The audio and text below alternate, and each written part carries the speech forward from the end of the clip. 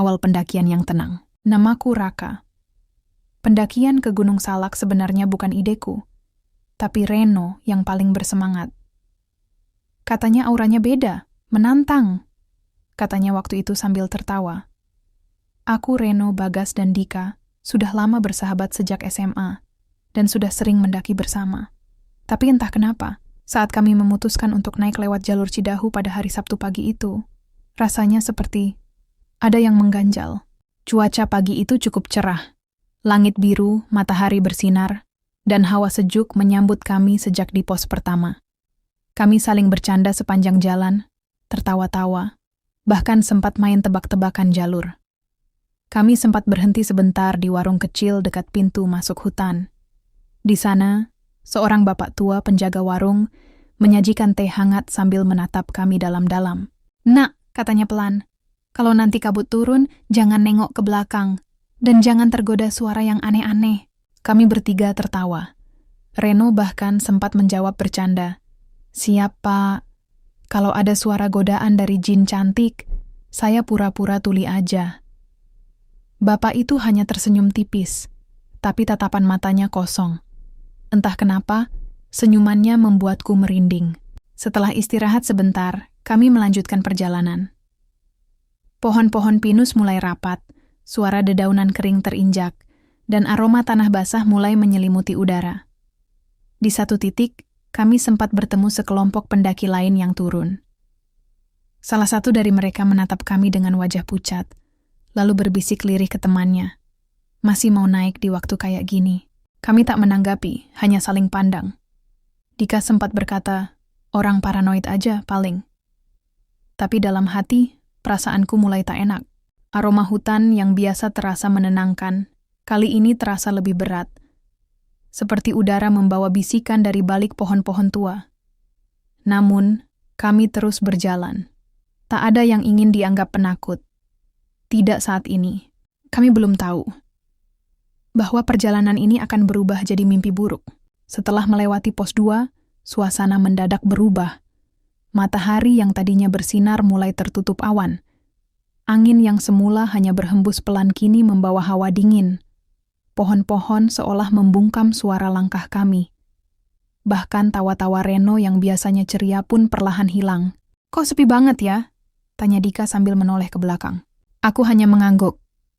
Suara-suara hutan, burung, serangga, dedaunan tertiup angin, semuanya hilang. Yang terdengar hanya langkah kaki dan napas kami sendiri. Reno memutuskan untuk berhenti sejenak. "Kita tunggu kabut naik dulu, jangan maksa," katanya sambil membuka jaket. Tapi saat itu pula, kabut turun. Bukan kabut tipis yang biasa muncul di pegunungan, tapi kabut tebal, pekat, dan datang seolah disiram dari langit. Dalam hitungan menit, jarak pandang kami tinggal 2 meter. Warna hijau pepohonan berubah menjadi abu-abu kehijauan. Semua diselimuti putih, seperti dunia ini kehilangan warna. "Aneh banget kabutnya," kata Bagas. "Terlalu cepat, dan dingin banget." Aku mengusap lengan, merasakan dingin menggigit tulang. Suara-suara tadi menghilang total. Bahkan suara langkah pun seperti lenyap di telan kabut. Kami saling memanggil, hanya untuk memastikan kami masih saling dekat. Lalu, ada suara aneh, pelan, samar, seperti suara gamelan. Alunan bonang dan saron halus, seolah dimainkan di kejauhan. Tapi di mana? Tak mungkin ada gamelan di tengah hutan, apalagi di jalur pendakian yang sepi ini. "Dengar nggak?" bisik Reno. Kami semua mengangguk. Tak ada yang bicara, tapi semua tahu. Ini bukan suara biasa. Ini panggilan. Aku mulai merasa perutku mual. Udara di sekeliling terasa lebih berat. Dan tiba-tiba, Dika yang tadinya berjalan di belakangku tidak menjawab saat kupanggil. Aku menoleh ke belakang. Kosong. Tak ada siapa-siapa. "Dika!" teriakku. Suaraku menggema aneh di tengah kabut. Tidak ada jawaban. Aku menoleh ke Reno dan Bagas. Wajah mereka mulai panik. Kabut semakin menebal, dan udara di sekeliling kami seperti berubah. Dingin, lembab, dan seolah ada sesuatu yang memperhatikan dari balik pepohonan yang samar. Kami bertiga mulai berlarian, menyusuri jalur setapak tempat kami terakhir melihat Dika. Tapi tak ada jejak. Suara gamelan itu semakin jelas, seperti datang dari arah kiri, agak menurun ke lembah kecil. Tapi bukannya menjauh. Suara itu malah seperti bergerak mengikuti kami, mendekat perlahan. Gila, ini apaan sih? Reno mulai kehilangan kesabaran. Bagas diam saja, menatap sekitar dengan mata membulat. Aku sendiri hanya bisa merasakan jantungku berdetak begitu keras, sampai telinga terasa sakit. Tiba-tiba, di sela kabut, kami mendengar suara orang tertawa. Pelan, seperti suara perempuan, tapi parau. Tidak seperti tawa yang normal. Ini seperti sesuatu yang meniru tawa manusia, tapi gagal. Lalu suara gamelan langsung berhenti. Henning, kami bertiga berhenti. Tak ada yang berani berbicara. Lalu kami mulai mendengar suara langkah kaki. Bukan dari kami. Dari segala arah. Langkahnya pelan. Lalu ada suara riuh, seperti suara pasar. Suara tawar-menawar, bayi menangis, seseorang memanggil, "Kain, kain murah, langsung dari kubur." Aku menelan ludah. Suara itu makin dekat. Terlalu nyata. Terlalu hidup. Lalu, dari balik kabut yang mulai sedikit menipis, muncul cahaya. Seperti lampu-lampu kecil dari obor atau lentera. Muncul satu, lalu dua, lalu puluhan. Membentuk jejeran seperti kios atau tenda-tenda. Kami terpaku. Bagas bergumam pelan. "Itu, pasar?" Reno menyentuh lenganku. "Ini nggak mungkin." Tapi kami melihatnya dengan mata kepala sendiri. Siluet keramaian sebuah pasar yang beroperasi di tengah kabut Gunung Salak. Tenda-tenda lusuh, penjual berdiri membelakangi kami, dan berbagai bayangan pengunjung yang berjalan hilir mudik tanpa suara langkah. Dan di kejauhan, seperti panggung, ada pemain gamelan yang memainkan alat musik, padahal tubuh mereka kaku seperti patung. "Kita harus keluar dari sini," bisikku. Tapi entah kenapa, kakiku tidak bisa bergerak. Seolah ada sesuatu dalam suara-suara itu yang menarik kami masuk lebih dalam. Kami perlahan berjalan mendekat, seolah tak bisa menolak. Langkah kami berat, seperti terhipnotis. Cahaya pasar itu aneh, bukan cahaya hangat seperti lampu, tapi kekuningan suram, seperti dari dunia lain. Setiap tenda tampak usang. Kain-kainnya koyak, namun berdiri tegak. Di dalamnya, kami melihat para penjual berdiri diam, menatap kosong ke depan. Wajah mereka bukan seperti manusia. Kulit pucat kekuningan. Mata cekung, mulut terkunci rapat, dan tangan mereka menjulur ke meja, menunjuk dagangan mereka. Tapi dagangan mereka membuat darahku berdesir ngeri. Ada yang menjual buah-buahan, tapi sudah membusuk, dikerubungi lalat. Ada yang menjual kepala ayam dengan mata masih terbuka. Ada yang menjajakan kain kafan, berwarna merah seperti bekas darah. Bahkan, aku melihat satu tenda menjual keranda kecil, dan di dalamnya ada sesuatu yang bergerak, seperti bayi, tapi tubuhnya berwarna biru keabu-abuan. "Apa ini?" bisik Bagas pelan. Tiba-tiba, seorang penjual menoleh langsung ke arahku. Tatapannya kosong, matanya legam sepenuhnya, tak ada bola mata. Tapi dari mulutnya yang tak bergerak, terdengar suara lirih, "Beli," atau "diganti." Reno memegang tanganku erat. "Kita harus cari Dika dan pergi dari sini." Kami berjalan perlahan di antara tenda-tenda pasar. Bayangan-bayangan pengunjung lain berjalan di sekitar kami. Mereka tidak melihat kami, atau pura-pura tidak melihat. Beberapa di antara mereka bahkan melayang, tidak menyentuh tanah. Satu di antaranya berjalan sambil membawa kepala sendiri, dan terus menatap kami sambil tersenyum. Lalu, aku melihat Dika. Dia duduk di salah satu tenda paling ujung, mengenakan baju yang bukan miliknya. Wajahnya kaku, mata kosong, dan di depannya, sepiring daging mentah. Dia sedang makan, perlahan, dengan tangan. Tapi bukan daging sapi, bukan ayam. Apa itu? Reno tak sanggup menyelesaikan kalimatnya. Kami berdua membeku. Dika menoleh dan tersenyum. Tapi itu bukan senyuman manusia. "Dika!" Seruku keras, suaraku nyaris parau oleh rasa panik dan dingin yang mencengkeram tenggorokan. Tapi Dika tidak menoleh. Dia hanya duduk di sana, diam, Mulutnya bergerak pelan seperti mengunyah sesuatu yang kenyal, berlendir. Wajahnya tampak kaku, matanya kosong, tapi senyum yang terus menggantung di bibirnya begitu janggal, terlalu lebar, terlalu tidak manusiawi. Aku dan Reno mencoba mendekat, namun setiap langkah terasa berat, seperti berjalan menembus air kental.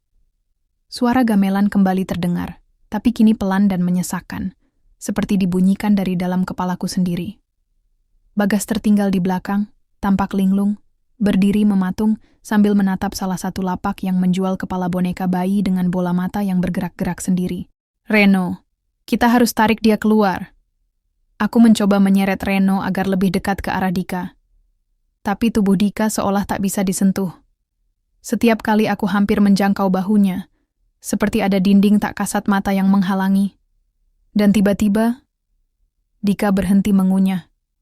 Ia menatap kami perlahan, matanya kini sepenuhnya hitam, tanpa putih mata, tanpa emosi. Kalian juga harus ikut, katanya lirih, dengan suara datar dan berat seperti gema dari sumur tua. Kami berdua terkejut mundur. Tapi yang lebih mengejutkan adalah ketika dalam sekejap, tubuh Dika hilang. Begitu saja. Bukan lenyap pelan-pelan, tapi seperti ditarik oleh kekuatan tak terlihat ke dalam kabut yang pekat. Tinggal sisa piring berdarah dan aroma anyir yang menyengat. Dika! Teriak Reno. Kami memutar kepala ke segala arah, mencari sosoknya. Tapi pasar itu kini berubah. Lapak-lapak mulai bergeser. Penjual-penjualnya kini berjalan mendekat. Mereka tak bicara, hanya menatap kami seperti binatang lapar. Kabut makin rapat. Suara langkah terdengar lebih banyak, lebih keras. Bahkan tanah di bawah kami mulai bergetar pelan. Bagas tiba-tiba menjerit. Kami menoleh. Ia berdiri kaku, tubuhnya gemetar. Jangan beli, jangan lihat mereka. Katanya berulang kali sambil memegangi kepalanya. Kami mencoba menariknya, tapi tubuhnya seperti membeku. Matanya menatap sesuatu yang tidak bisa kami lihat. Lalu, ia berlari ke dalam kabut. Bagas, seru Reno, namun kabut langsung menelannya, seperti mulut raksasa yang lapar. Kami berdua kini benar-benar sendiri. Aku dan Reno berusaha mengatur napas. Tapi udara terasa berat, seperti menghirup abu. Kita harus cari Bagas, sekarang, kataku, mencoba tetap tenang. Reno hanya mengangguk, tapi matanya menunjukkan ketakutan yang sama. Tak ada lagi suara tawa atau canda seperti saat awal pendakian, hanya ketegangan dan kabut yang terus menebal. Kami menyusuri jalur ke arah kabut, tempat Bagas menghilang. Anehnya, tak lama kemudian kami menemukan jejak kaki di tanah, samar tapi jelas. Jejak itu hanya satu arah, masuk ke dalam kabut. Tidak ada jejak keluar. Seolah siapapun yang masuk tidak pernah kembali. Kami mengikuti jejak itu perlahan. Langkah demi langkah membawa kami ke bagian hutan yang tampak asing. Tak ada lagi jalur pendakian, hanya tanah basah, akar pohon menjulur, dan suara desir angin yang membawa bisikan. Kamu dengar nggak? Bisik Reno tiba-tiba. Aku menajamkan telinga. Ya, ada suara. Bukan gamelan kali ini, tapi seperti nyanyian kuno, dinyanyikan oleh banyak suara perempuan. Tinggi, lirih, dan menakutkan. Seperti doa atau mantra. Kami mulai berjalan lebih cepat. Jejak kaki itu berakhir di sebuah pohon besar, dan di baliknya, terbentang pasar gaib itu lagi. Tapi kali ini berbeda. Lapak-lapaknya lebih gelap, para pedagang tidak lagi diam. Mereka kini berteriak, memanggil kami dengan suara serak. Dik, sini murah, tinggal jiwa. Ambil ini tukar sahabatmu. Salah satu penjual mengangkat tangan manusia yang sudah membusuk dengan gelang karet biru, gelang milik Dika. Lalu yang lain membuka kain putih dan memperlihatkan wajah Bagas, terpejam, dengan mata air mata darah. Aku muntah seketika. Reno gemetar, menutup matanya, tapi salah satu penjual mendekat. Ia menyerahkan sebuah timbangan, lalu berkata, "Timbang dosa kalian, biar kami tentukan harganya." Kami berlari. Tapi kemanapun kami berlari, kami selalu kembali ke pohon besar itu. Jejak kaki kini sudah menghilang. Kabut tak kunjung menipis. Aku dan Reno terengah, berdiri di depan pohon besar tempat jejak kaki Bagas berakhir. Dari celah kabut, kami menyaksikan dengan lebih jelas wujud pasar itu. Tak lagi sekadar siluet samar, tapi benar-benar nyata di hadapan kami. Pasar gaib. Tenda-tenda kain lusuh berdiri tak beraturan, menyebar seperti sarang jamur di tanah lembab. Beberapa terbuat dari kerangka bambu lapuk, lainnya dari kayu hitam berlumut yang bergetar seperti bernapas. Lampu-lampu minyak tua menggantung di tiap sudut lapak, tapi nyalanya tak memberi kehangatan. Hanya cahaya kekuningan yang membuat semua terlihat seperti lukisan busuk dari zaman lain. Penjual-penjualnya masih berdiri kaku, tapi kini mereka bergerak pelan. Kepala mereka berputar 180 derajat tanpa suara. Beberapa tersenyum, gigi mereka berlapis logam berkarat. Dagangan di atas meja mereka semakin tak masuk akal. Balok es berisi potongan tubuh, boneka bayi dari daging asli, rambut manusia dijual meteran, bahkan ada yang menyodorkan kantung darah segar. Aku dan Reno terpaku. Setiap langkah terasa berat, bukan hanya karena rasa takut, tapi karena bumi di bawah kami seolah menyerap energi. Langkah kami terdengar seperti menginjak lumpur, padahal itu bukan lumpur. Itu tanah yang basah oleh darah. Kami mulai sadar, ini bukan sekadar pasar dari dimensi lain. Ini mungkin tempat transaksi antara dunia manusia dan dunia kematian. Tiba-tiba, dari sisi kanan, muncullah seorang pedagang wanita, mengenakan kebaya hijau tua. Wajahnya penuh retakan seperti topeng tanah liat yang pecah. Ia berjalan sambil membawa keranjang yang berisi jari-jari manusia. Jari-jari itu masih berdarah, masih menggeliat. Ia menatap kami dan berkata, "Mau yang segar?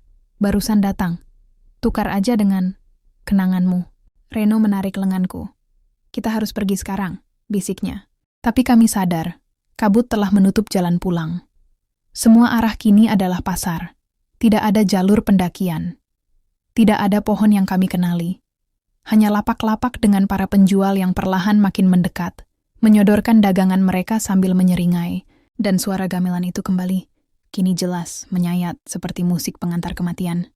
Kami berjalan cepat, nyaris berlari, menyusuri celah di antara tenda-tenda pasar yang sempit dan berliku.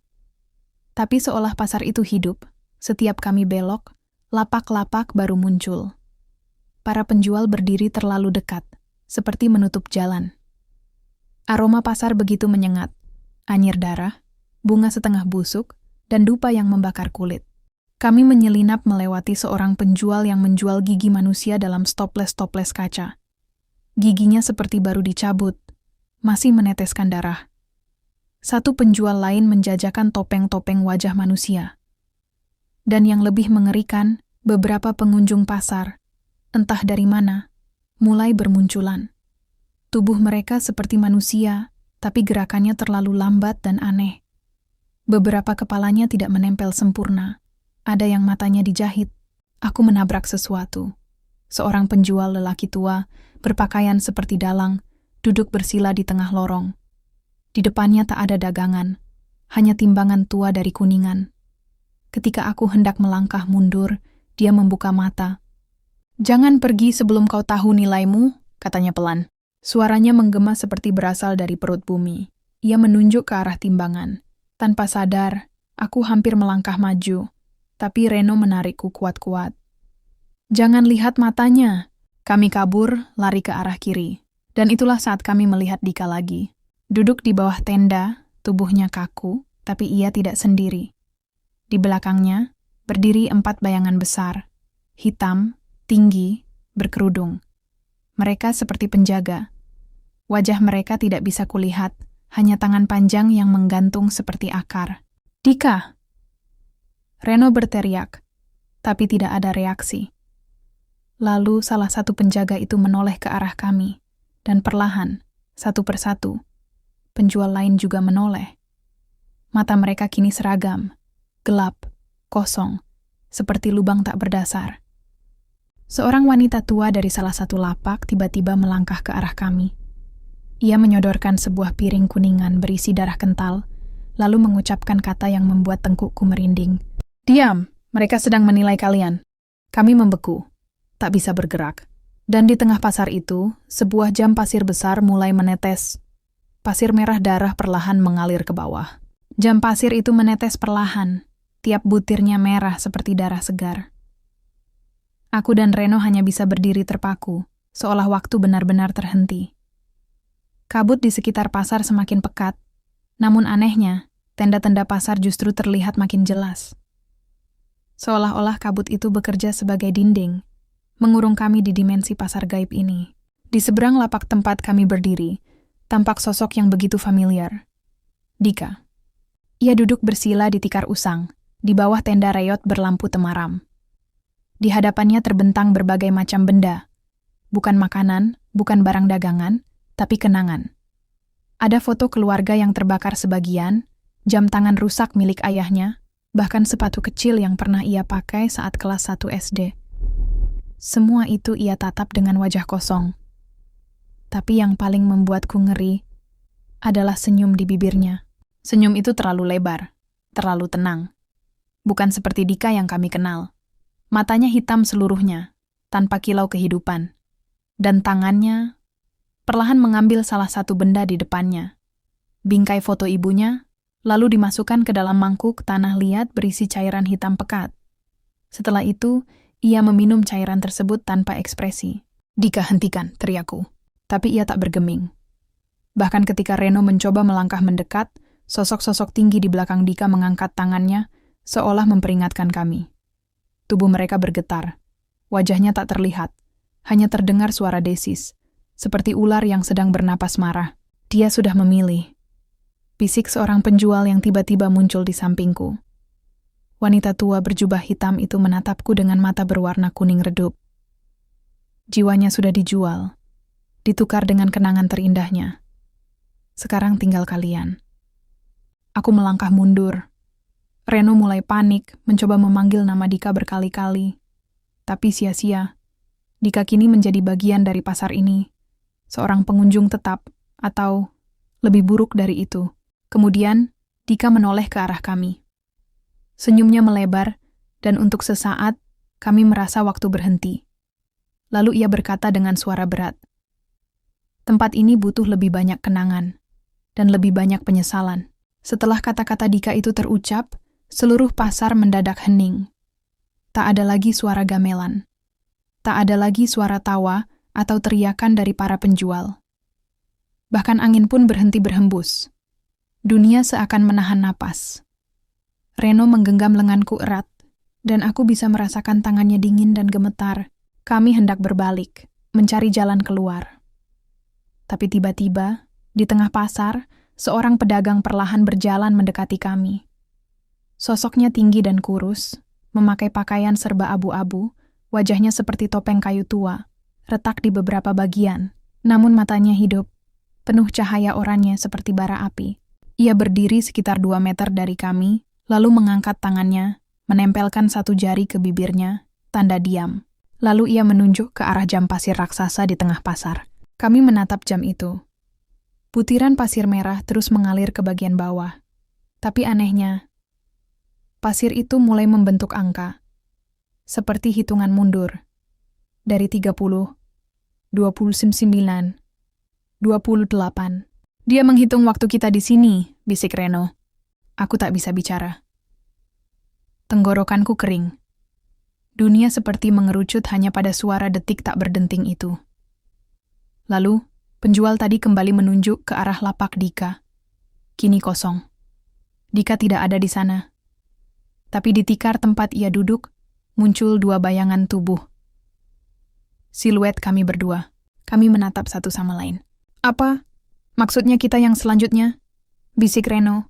Penjual itu mengangguk pelan, lalu berbalik. Berjalan kembali ke lapaknya yang penuh keranda-keranda kecil. Saat ia duduk, lampu minyak di seluruh pasar padam satu persatu. Gelap. Hanya sisa suara detak jam pasir dan hembusan nafas kami. Dan dari kejauhan, kembali terdengar suara lirih. Pilih barangmu, atau biarkan kami memilih untukmu. Lampu-lampu pasar padam, satu persatu. Tinggal tersisa cahaya samar dari bara obor yang redup, lalu akhirnya semuanya tenggelam dalam kegelapan total. Tapi gelap di pasar itu bukan sekadar tanpa cahaya. Rasanya seperti masuk ke dalam perut bumi. Gelapnya hidup, sunyi, mati. Aku memegang tangan Reno erat-erat, dan kami berdiri tanpa bergerak. Nafas kami terdengar jelas, tercampur panik dan rasa dingin yang menggigit dari dalam tulang. Dari kejauhan, terdengar lagi suara yang kini berubah. Bukan lagi gamelan, bukan nyanyian, tapi jeritan manusia. Tangisan bayi, isak perempuan tua, dan tawa lirih yang begitu dekat, seperti di belakang telinga. Aku ingin menutup telinga, tapi suara itu menembus ke dalam kepala, seolah mengaduk-aduk ingatan paling kelam dan ketakutan paling purba. Lalu, kilatan cahaya muncul. Pasar yang sebelumnya seperti tempat keramaian penuh tenda, kini berubah menjadi lorong panjang dengan meja-meja batu. Di atasnya, tersaji organ tubuh manusia. Ada jantung yang masih berdetak pelan, paru-paru yang bergerak, mata manusia yang berkedip dalam mangkuk kecil, dan tangan-tangan yang mencengkeram udara kosong. Di antara meja-meja itu, berdiri sosok-sosok hitam, tubuh mereka tinggi besar, tanpa wajah, hanya lekukan kasar seperti pahatan arang. Mereka tidak bergerak, hanya berdiri. Tapi kami bisa merasakan mereka menatap kami. "Raka!" Suara Reno pelan. "Tempat ini berubah. Bukan pasar lagi. Ini seperti tempat penyembelihan." Aku ingin menjawab, tapi lidahku seperti mati rasa. Jantungku berdetak begitu keras hingga dadaku terasa seperti dihantam palu. Lalu salah satu makhluk tinggi itu melangkah maju, dan di tangannya terdapat kepala Bagas. Bukan sekadar kepala, tapi kepala itu hidup, matanya terbuka, mulutnya bergerak-gerak. "Lari," katanya pelan. "Lari, sebelum kalian jadi bagian dari dagangan." Dan tiba-tiba seluruh meja batu meledak dengan jeritan dan tawa. Organ-organ itu terbang, melayang seperti terhisap pusaran. Kabut kembali menebal. Dunia seperti berputar. Dan di tengah semuanya, terdengar teriakan keras dari langit. "Kalian tak membawa apapun, maka kami ambil bagian dari kalian." Kami berlari tanpa arah. Kabut kembali menutupi segalanya, tapi kini bukan kabut putih. Kabut ini hitam, tebal, menggumpal, dan terasa seperti jelaga panas yang menggigit kulit. Di setiap langkah kami, tanah berguncang, bayangan-bayangan menyergap dari kanan dan kiri. Dunia ini seperti tidak menerima kami lagi. Kami berusaha mencari jalan keluar, tapi yang kami temui hanyalah jalur berputar-putar. Setiap belokan kembali ke tempat yang sama. Aku mulai kehilangan orientasi. Rasanya seperti terjebak dalam lingkaran mimpi buruk. Lalu tiba-tiba kami sampai di sebuah lapak yang asing. Bukan bagian dari pasar tadi. Tenda ini terbuat dari kulit binatang berwarna kehitaman, dan diterangi oleh lentera merah yang menyala dengan api membentuk simbol aneh, seperti mata yang meneteskan darah. Dan di tengah-tengahnya, Dika. Ia berdiri, tidak duduk lagi. Tubuhnya tegak, wajahnya pucat seperti lilin, dan senyumnya tidak berubah sejak terakhir kami melihatnya. Senyuman terlalu lebar, terlalu lama, seolah tidak pernah berhenti. Tapi kini, dari punggungnya, tumbuh 4 tangan hitam yang menjulur seperti cabang kering. Tangannya memegang benda-benda, pisau, foto lama, cermin retak, dan potongan kertas doa. "Dika, ini aku." "Raka," bisikku, setengah berharap sahabatku itu masih ada di dalam. Ia tertawa, tapi suaranya bukan tawa manusia, seperti suara tali biola tua yang dipetik keras. "Kalian tidak mau beli, jadi kalian kami lelang," ucapnya pelan, tapi kata-katanya bergema di udara. Reno berdiri di depanku, tubuhnya gemetar. "Dia bukan Dika lagi," gumamnya. "Dia sudah jadi milik mereka." Tiba-tiba Dika mengangkat tangannya, dan seluruh pasar kembali terlihat. Tapi kali ini, semuanya menghadap kami. Puluhan, ratusan sosok, penjual, pengunjung, makhluk-makhluk berwajah datar dan tubuh tak utuh. Mereka berkumpul dalam lingkaran besar, dan di tengah-tengahnya, meja batu, kosong, menanti korban berikutnya. "Siapa di antara kalian yang lebih berharga?" tanya Dika. "Karena pasar ini hanya butuh 1 jiwa lagi untuk tutup malam ini." Begitu Dika mengucapkan kalimat terakhirnya, pasar ini hanya butuh 1 jiwa lagi untuk tutup malam ini. Semua makhluk dalam lingkaran besar itu bergerak serempak. Iberema tak lagi diam, tak lagi hanya menatap, mereka mengejar. Suara langkah 100 kaki menyerbu tanah becek. disertai geraman dan erangan. Langkah kaki mereka terdengar seperti kayu tua digesek paksa. Bunyi gemeretak dan gerutukannya memekakkan telinga. Bayangan tubuh mereka berlarian di antara kabut pekat, kadang menyembul dari kiri, kadang dari depan, membuat kami tak tahu harus menghindar kemana. "Ayo lari!" teriak Reno sambil menarikku. Kami berlari sekencang-kencangnya, menabrak lapak-lapak kosong, menjatuhkan meja-meja batu yang kini penuh belatung. Di belakang kami, suara derap langkah dan tawa menggila terus mengikuti. Dari atas, terdengar lolongan seperti serigala, tapi bukan binatang. Suara itu lebih menyerupai tangisan manusia yang ditarik paksa dari tubuhnya. Kami mencoba melompat ke sebuah lereng curam, apapun asalkan bisa keluar dari lingkaran pasar gaib ini. Tubuhku terbanting, lututku robek menghantam batu, tapi rasa sakit itu lebih baik daripada ditangkap oleh makhluk-makhluk itu. Lalu, dari kejauhan kulihat cahaya. Bukan cahaya dari pasar, tapi cahaya alami. Cahaya pagi. Fajar? "Reno, arah sana!" Teriakku sambil menunjuk ke balik kabut yang mulai pecah, memunculkan semburat jingga. Kami terus berlari, saling dorong, jatuh, bangun lagi. Tapi tiba-tiba Reno terpeleset, tergelincir ke dalam lubang tanah yang tertutup lumut. Aku langsung berhenti. "Reno!" Aku melihatnya berusaha bangkit. Tapi sebelum aku sempat turun membantu, dua tangan panjang keluar dari balik kabut dan menarik kakinya. "Raka!" teriaknya, panik. Aku berlari, mengulurkan tangan, tapi yang kuraih hanya udara kosong. Dalam hitungan detik, Reno diseret ke dalam kegelapan. Suaranya perlahan menghilang, berganti dengan gema tawa pasar yang kembali terdengar. Kencang, menertawaiku. Aku tak bisa berkata-kata. Semua temanku hilang. Dika berubah jadi makhluk pasar.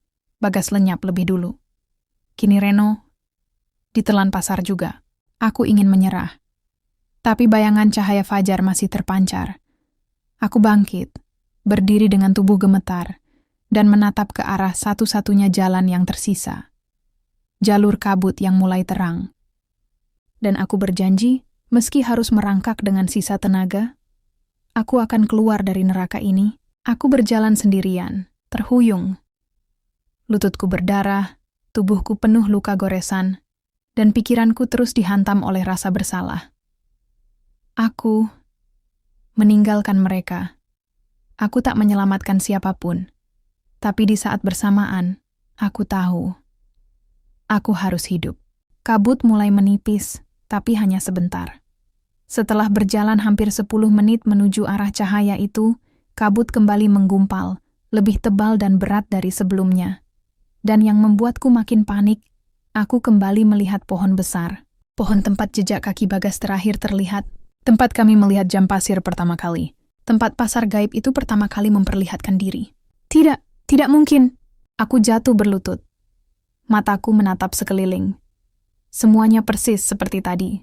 Bahkan, darahku sendiri yang menetes dari lutut beberapa menit lalu masih ada di tanah. Segar. Basah. Aku berjalan dalam lingkaran. Pasar ini bukan tempat, gumamku. Ini jebakan. Langkahku gontai. Aku berjalan sembarangan, mulai kehilangan orientasi.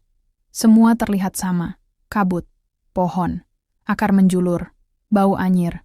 Bahkan suara pasar kembali terdengar samar, seolah menertawakanku dari kejauhan. Tiba-tiba terdengar suara lonceng kecil. Aku menoleh. Di salah satu pohon tergantung tali lonceng kecil, seperti lonceng angin yang biasa tergantung di depan rumah. Tapi ini bukan logam biasa. Gantungan lonceng itu terbuat dari rambut manusia, dan loncengnya dari tulang jari. Suara dentingnya halus, dan dari balik pohon muncul seseorang. Seorang lelaki tua, mengenakan baju kusam, sarung kotak, dan memegang tongkat bambu. Wajahnya keriput dan matanya teduh. Tapi di tengah segala kegilaan itu, wajahnya satu-satunya yang terasa nyata. "Kamu sudah terlalu dalam," katanya. "Terlalu lama di sana, tapi belum terlambat." Aku hanya bisa menatapnya, separuh takut, separuh berharap. "Pasar itu bukan untuk manusia," ucapnya.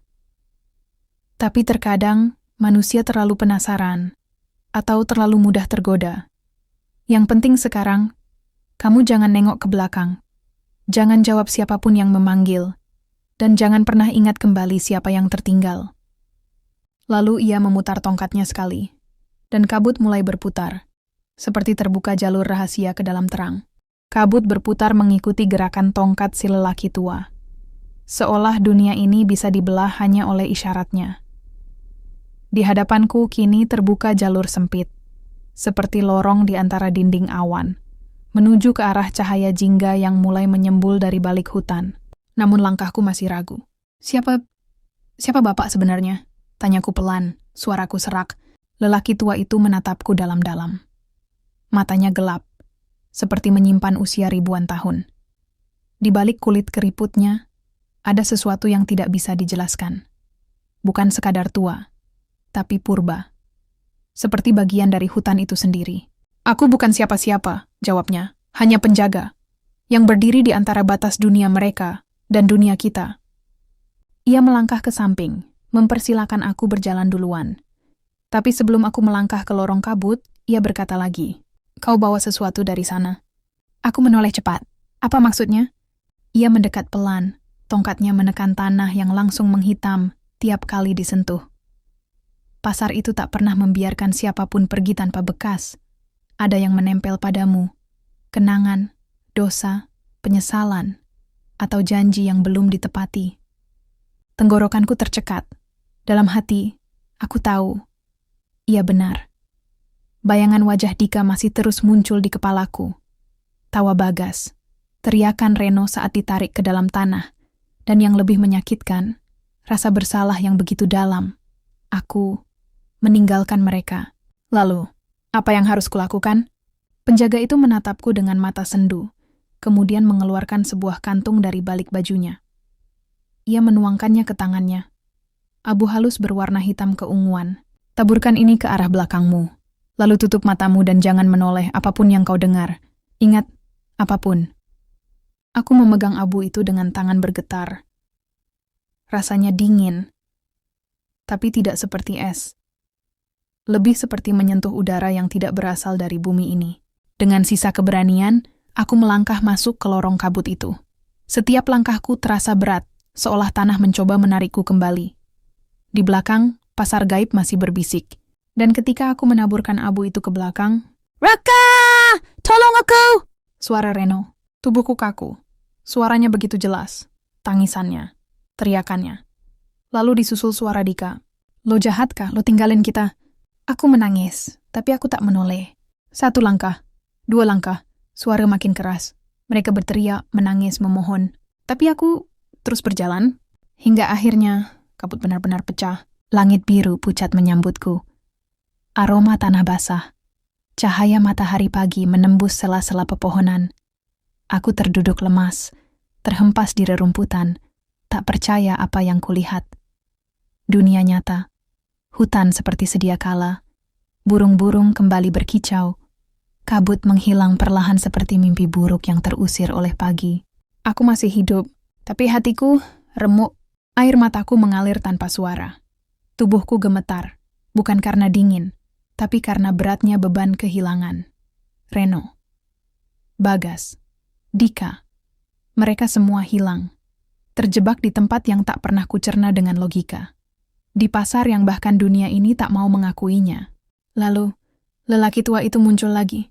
Berdiri di bawah pohon menatapku dari kejauhan. "Kau telah keluar, tapi belum bebas," ucapnya tenang. "Pasar itu menanam jejak di dalam pikiranmu. Kalau tak kau buang, ia akan menarikmu kembali. Mungkin bukan besok, tapi pasti." Aku menunduk. Apa yang harus aku lakukan? Penjaga itu mengangguk pelan. Lalu dari balik pohon, ia menarik sehelai tikar usang, menaburkan lingkaran garam dan bunga kantil kering, serta meletakkan batang lilin merah yang menyala sendiri, tanpa api. "Duduk di dalam lingkaran ini.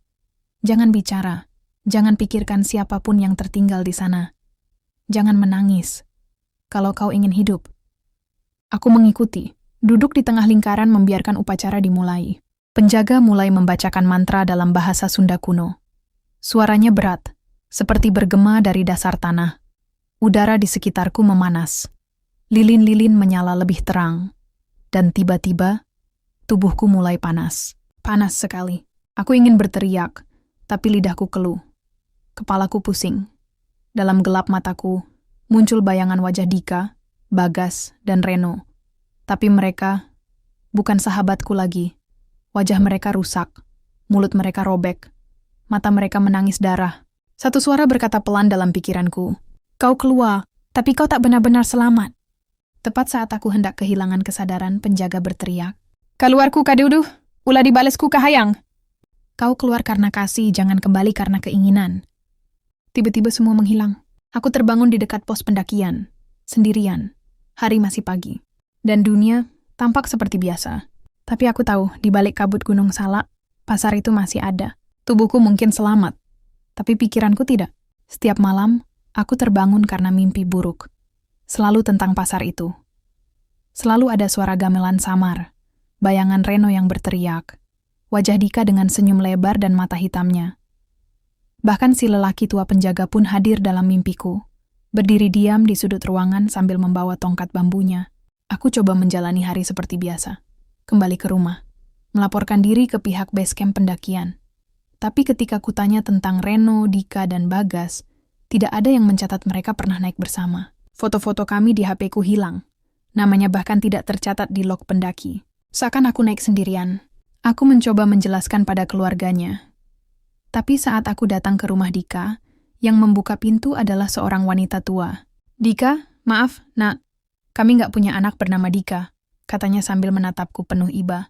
Begitu juga di rumah Bagas. Orang tuanya tampak kebingungan. Tak mengenalku, bahkan tak mengenal nama anak mereka sendiri. Reno tidak pernah tinggal di alamat yang aku tahu. Aku mulai merasa gila. Tapi lalu satu hal mengubah semuanya. Ketika aku membuka tasku, tas yang kupakai naik ke Gunung Salak, aku menemukan sehelai foto usang. Bukan milikku. Foto itu memperlihatkan pasar gaib, tapi bukan dari pandangan mata. Foto itu diambil seperti dari langit, memperlihatkan seluruh bentuk pasar dari atas.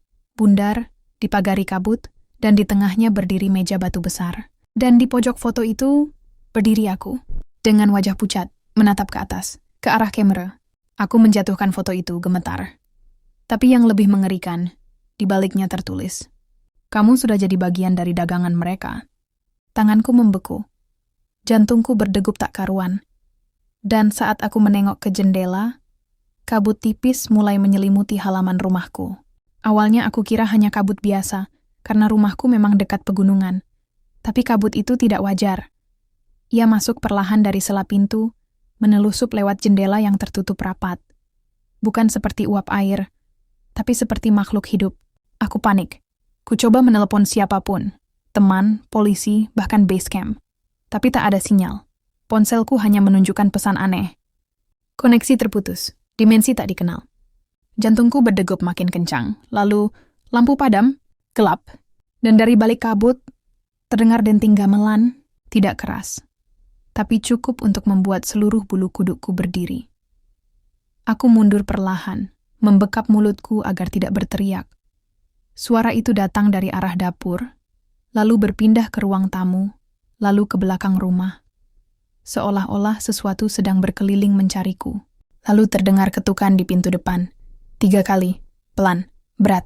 Aku tak menjawab, tapi suara di luar berkata, "Pasar belum tutup, Raka. Satu dagangan belum kembali." Suara itu, suara Dika. Aku mundur ke kamar, mengunci pintu, menutup semua jendela dengan lemari. Tapi tiba-tiba, foto yang tadi kuletakkan di meja terbakar sendiri, dan dari bekas abunya, muncul potongan kecil kain kafan. Di ujungnya tertulis namaku dengan tinta merah. Raka, pembeli yang lari. Aku terduduk, tak tahu harus bagaimana. Dan dari dalam lemari, tiba-tiba terdengar suara tertawa pelan. Tawa yang ku kenal, tawa Dika. Disusul suara Bagas, lalu suara Reno. "Kita udah di sini, Kak. Kamu juga harus ikut." Kabut kini memenuhi seluruh ruangan. Dan tepat sebelum aku pingsan, kulihat bayangan meja batu besar itu di tengah kamarku. Pasar itu datang menjemput. Semuanya terasa seperti mimpi buruk yang terlalu nyata. Tapi aku sadar betul, ini bukan mimpi. Pasar itu benar-benar mengikutiku pulang. Kamar yang kutempati kini berubah. Dindingnya retak dan berlumut.